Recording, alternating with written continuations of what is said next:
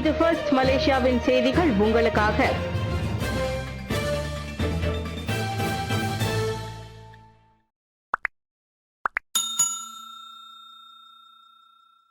பத்துமலை மறு மேம்பாடு திட்டம் தைப்பூசத்திற்கு பிறகு தொடங்கலாம். ஸ்லாங்கூர் மந்திரி பசார் அறிவிப்பு.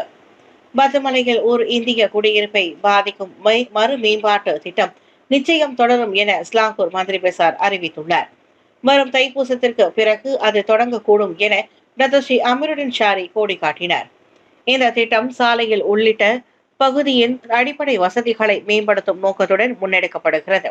என்றாலும் திட்டம் நடைமுறைக்கு வரும் முன் அங்குள்ள வணிகர்கள் மற்றும் குடியிருப்பாளர்களுடன் இடமாற்றம் தொடர்பான பேச்சுவார்த்தைகள் நடத்தப்படும் என அமீருddin உறுதியளித்தார். நிலுவையில் உள்ள பிரச்சினைகளும் வரும் மாதங்களில் தீர்க்கப்படும் என்றார் அவர். இந்நடவடிக்கைகள் சமூக நலனையும் சுற்றுலா வளர்ச்சியையும் சம அளவில் கருத்தில் கொண்டு மேற்கொள்ளப்படுவதாக அவர் விளக்கினார். இந்த மறு மேம்பாடு குடியிருப்புக்கு நீண்ட காலமாக எதிர்பார்க்கப்பட்ட மேம்பாடுகளை கொண்டு வரும் என்றும் புதிய உட்கட்டமைப்பு மற்றும் அதன் குடியிருப்பாளர்களுக்கு முறையான வீடமைப்பு உள்ளிட்டவற்றை கொண்டு வரும் என்றும் அமீருddin நம்பிக்கை தெரிவித்தார். இடம்பெயர வேண்டியிருக்கும் குடியிருப்பாளர்களுக்கு தற்காலிக வாடகை உதவி வழங்குவது குறித்தும் மாநில அரசு பரிசீலிக்கும் என அவர் சொன்னார். ஜாலான் புங்காராயா 2 மற்றும் ஜாலான் தெப்பி சுங்காய் இடையேயான சாலை சந்திப்புக்கு அருகில் அமைந்துள்ள இக்குடியிருப்பு மலாயாவின் சுதந்திரத்திற்கு முன்னர் தமிழ் தோட்ட தொழிலாளர்களை தங்க வைப்பதற்கான காலனித்துவ ஆட்சியாளர்களால் நிறுவப்பட்டதாக கூறப்படுகிறது. ஜொஹூர் எல்லை சாவடிகளில் புதிய கேட் வசதிகள், பயணிகள் செயலாக்க திறனை இரட்டிப்பாக்கும் உள்துறை அமைச்சர். ஜொஹூரில் உள்ள 2 முக்கிய எல்லை சாவடிகளில் மாத இறுதிக்குள் பயணிகள் செயலாக்க திறன் இரட்டிப்பாகும் என உள்துறை அமைச்சு தெரிவித்துள்ளது. டிசம்பர் 31ஆம் தேதிக்குள் சுல்தான் இஸ்கந்தார் கட்டிடம் மற்றும் சுல்தான் அபுபக்கர் வளாகத்தில் 40 புதிய NIISE கேட்டுகளும் 145 மை NIISE QR ஸ்கேனர்களும் நிறுவப்பட உள்ளன. இவை இருசக்கர வாகனங்கள், கார்கள் மற்றும் பாதசாரிகளுக்கான வழித்தடங்களில் பயன்படுத்தப்பட உள்ளது. இந்த மேம்பாடுகள் குறிப்பாக உச்ச நேரங்களில் ஏற்படும் நெரிசலை குறைத்து தினசரி எல்லை தாண்டி பயணம் செய்வோரின் பயணத்தையும் எளிதாக்கும். மேலும் இணைய இணைப்பை வலுப்படுத்தும் பணிகளும் நடைபெற்று வருகின்றன. இந்நிலையில் பயணிகள் விரைவாக குடிநுழைவு சோதனைகளை கடக்க மை NIISE செயலியை பயன்படுத்துமாறு அமைச்சு வலியுறுத்தியது. காஜாங்கில் போதைப் பொருள் மையமாக மாறிய அடுக்குமாடி வீடு, 10.4 மில்லியன் ரிங்கிட் போதைப் பொருட்கள் பறிமுதல்.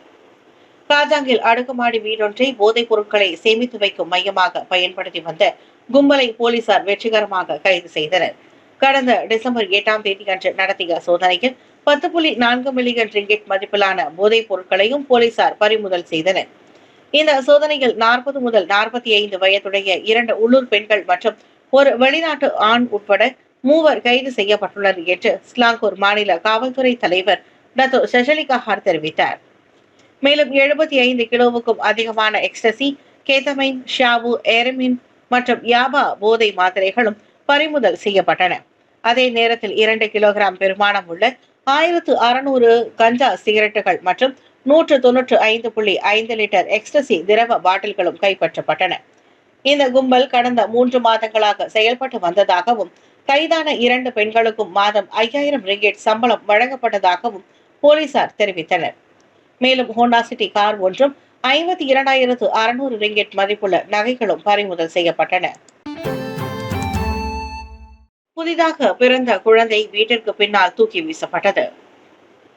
பெசுட் கம்புங் ராஜா கம்புங் அலோர் லிங்டாங்கில் உள்ள ஒரு வீட்டின் பின்னால் மாலை கைவிடப்பட்டதாக நம்பப்படும் புதிதாக பிறந்த ஆண் சிசு ஒன்று கண்டெடுக்கப்பட்டது. 16 வயது இளம் பெண் ஒருவர் குடும்ப உறுப்பினருடன் யாருக்கும் தெரியாமல் ஒரு குழந்தையை பெற்றெடுக்கும் வரை தகாத உறவில் ஈடுபட்டதாக நம்பப்படுகிறது என பெசுட் மாவட்ட போலீஸ் தலைவர் துணை ஆணையர் கண்காணிப்பாளர் முகமது சானி முகமது சாலை தெரிவித்தார். சந்தேக நபர் வீட்டில் வசிப்பவர்களால் கண்டுபிடிக்கப்படுவதற்கு முன்பே குழந்தையை கைவிடப்பட்டதாக நம்பப்படுகிறது. இந்த விவகாரம் தண்டனை சட்டத்தின் 317வது பிரிவு மற்றும் தண்டனை சட்டத்தின் 376B பிரிவின் கீழ் விசாரிக்கப்படுகிறது என்று நேற்று வெளியிட்ட அறிக்கையில் அவர் குறிப்பிட்டார். குழந்தை பெற்ற பெண் மருத்துவமனையில் சிகிச்சை பெற்று வரும் நிலையில் விசாரணைக்கு உதவுவதற்காக ஆடவன் ஒருவர் நேற்று முதல் 7 நாட்களுக்கு தடுப்பு காவலில் வைக்கப்பட்டுள்ளார். ஜொஹூரில் கோலாகலமாக நடைபெற்ற இந்திய சமூக கலை கலாச்சார திருவிழா. இஸ்கான் செனாய் மற்றும் யாயாசான் உசாஹா வெஞ்சர்ஸ் மலேசியா இணைந்து நடத்திய இந்திய சமூக கலை மற்றும் கலாச்சார விழா 2025 ஜொகூர் செனாயில் மிக சிறப்பாக நடத்தேறியது.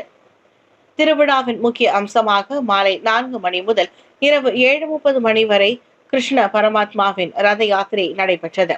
சுமார் 1500 பக்தர்கள் புடைசூழ அலங்கரிக்கப்பட்ட ரதமானது செனாய் உத்தாமா தாமானின் தெருக்களில் ஊர்வலமாக சென்றது. இதில் வெளிநாடுகளில் இருந்தும் பக்தர்கள் கலந்து கொண்டனர் என்பது குறிப்பிடத்தக்கது. காலை மற்றும் பிற்பகலில் அரசு துறைகளின் கண்காட்சிகள் நடைபெற்றன.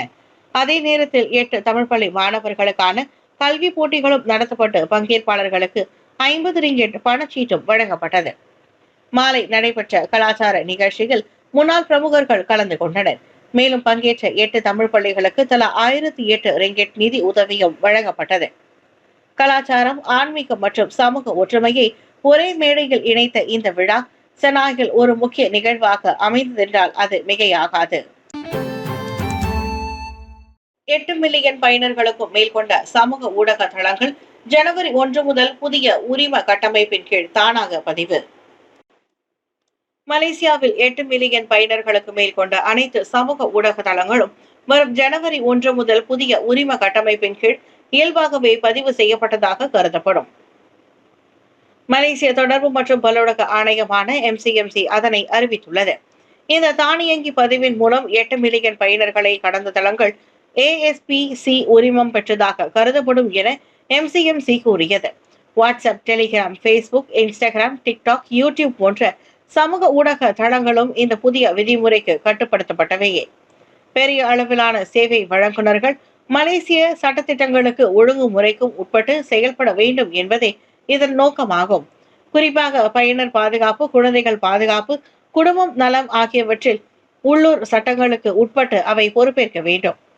இதன் மூலம் உள்ளடக்க கட்டுப்பாடு, தரவுகளை கையாளுதல், பாதுகாப்பு கொள்கைகள் ஆகியவை உள்ளூர் சட்டங்களுக்கு ஏற்ப மாற்றப்படலாம். பயனர்களுக்கும் மேலதிக கண்காணிப்பு மற்றும் பாதுகாப்பு இருப்பதை உறுதி செய்கிறது. சுருக்கமாக சொன்னால், தொடர்புத்துறை டத்தோ ஃபாமி ஃபாட்சல் ஏற்கனவே கூறியபடி மலேசியா தனது டிஜிட்டல் நிர்வாக முறையை வலுப்படுத்துகிறது. பினாங்கு இந்து அறப்பணி வாரிய ஏற்பாட்டில் தீவில் பதிவு பெற்ற கோவில்களின் இளைஞர்களை ஒன்றிணைத்த கால்பந்து போட்டி.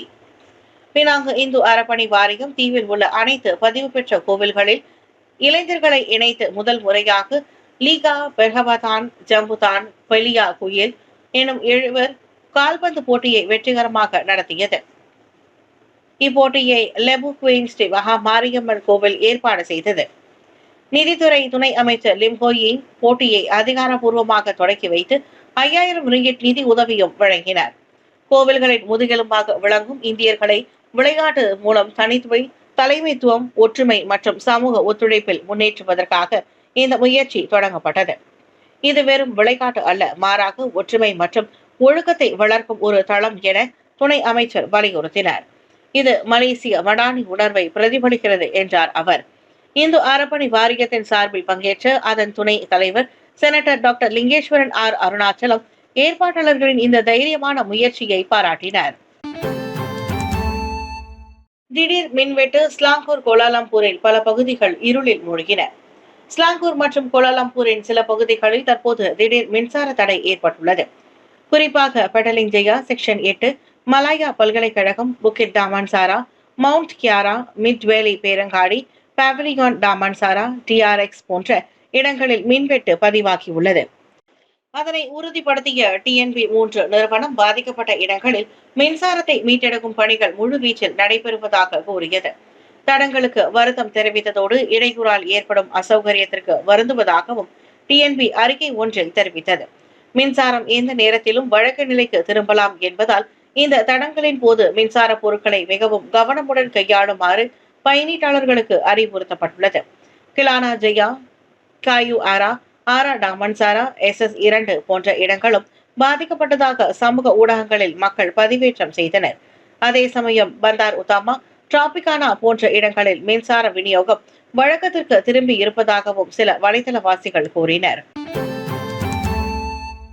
கங்காரில் நடந்த மோட்டார் சைக்கிள் விபத்து தொடர்பான வழக்கு குற்றத்தை மறுத்த போலீஸ். நவம்பர் 25ஆம் தேதி அன்று நடந்த சாலை விபத்தில் 24 வயதுடைய இளைஞர் ஒருவர் உயிரிழந்த சம்பவத்தில் குற்றம் சாட்டப்பட்ட போலீஸ் கார்பரல் ஒருவர் நேற்று கங்காட் நீதிமன்றத்தில் நீதிபதியின் முன்னிலையில் குற்றத்தை மறுத்துள்ளார். சம்பவத்தின் போது அவர் ஆபத்தான முறையில் வாகனத்தை செலுத்தி இளைஞர் ஒருவரின் உயிரிழப்பிற்கு காரணமானதாக தெரிவிக்கப்பட்டுள்ளது. இந்த வழக்கு சாலை போக்குவரத்து சட்டத்தின் கீழ் பதிவு செய்யப்பட்டுள்ள நிலையில் நீதிமன்றம் அவருக்கு 4000 ரிங்கெட் ஜாமீனை விதித்து வழக்கு முடியும் வரை ஓட்டுநர் உரிமத்தை இடைநிறுத்த உத்தரவிட்டுள்ளது. அதே விபத்தில் மற்றொரு மோட்டார் சைக்கிள் ஓட்டுநர் காயமடைந்ததை தொடர்ந்து கவனக்குறைவாக வாகனத்தை ஓட்டிய மற்றொரு குற்றச்சாட்டையும் அவர் மறுத்திருந்தார். அதற்காக நீதிமன்றம் 1000 ரிங்கெட் ஜாமீனையும் சேர்த்து விதித்துள்ளது. இந்நிலையில் இந்த இரு வழக்குகளும் அடுத்த ஆண்டு ஜனவரி 28ஆம் தேதி அன்று மீண்டும் நீதிமன்றத்தில் விசாரிக்கப்படும் என அறிவிக்கப்பட்டுள்ளது. ரம்பின் அருகே லாரிகள் மோதி விபத்து, 2 பலி. பஹாங் முவாட்சம் ஷா அருகே இருக்கும் கம்புங் காடா பகுதியில் உள்ள ஜாலான் குவந்தான் செகாமட் சாலையின் 109வது கிலோமீட்டரில் 2 லாரிகள் மோதி விபத்துக்குள்ளானதில் 2 ஓட்டுநர்கள் தீவிர காயமடைந்தனர். இந்த விபத்தினால் லாரியிலிருந்து ரசாயன கழிவு ஏற்பட்டதால் அந்த இடத்தில் பல மணி நேரம் கடும் போக்குவரத்து நெரிசல் ஏற்பட்டது. மலாக்காவை சார்ந்த 46 வயதுடைய ட்ரெய்லர் ஓட்டுநருக்கு மார்பு மற்றும் வலது முழங்காலில் காயம் ஏற்பட்ட நிலையில் நெகிரி சிம்பிளானை சேர்ந்த 53 வயது மதிக்கத்தக்க மற்றொரு டேங்கர் லாரி ஓட்டுநருக்கு இடது காலில் வெட்டுக்காயம் ஏற்பட்டு இருவரும் மருத்துவமனையில் அனுமதிக்கப்பட்டுள்ளனர். தெலங்கானாவிலிருந்து சிரம்பான் நோக்கி சென்று கொண்டிருந்த ரசாயன டேங்கர் கட்டுப்பாட்டை இழந்து எதிர் வழித்தடத்தில் சென்று மலாக்காவிலிருந்து குவாந்தான் நோக்கி சென்று கொண்டிருந்த ட்ரெய்லருடன் மோதியதென ரம்பின் மாவட்ட போலீஸ் தலைவர் சூப்பரிண்டென்டென்ட் ஷரீப் ஷாய் ஷரீப் தெரிவித்தார். போலீசார் இந்த விபத்து தொடர்பான மேல் விசாரணையை தொடங்கியுள்ளனர். மேலும் பலத்த மழை காரணமாக ரசாயன நீரில் கரைந்ததால் பொதுமக்களுக்கு ஆபத்து இல்லை எனவும் தீயணைப்பு துறையினர் தெரிவித்துள்ளனர்.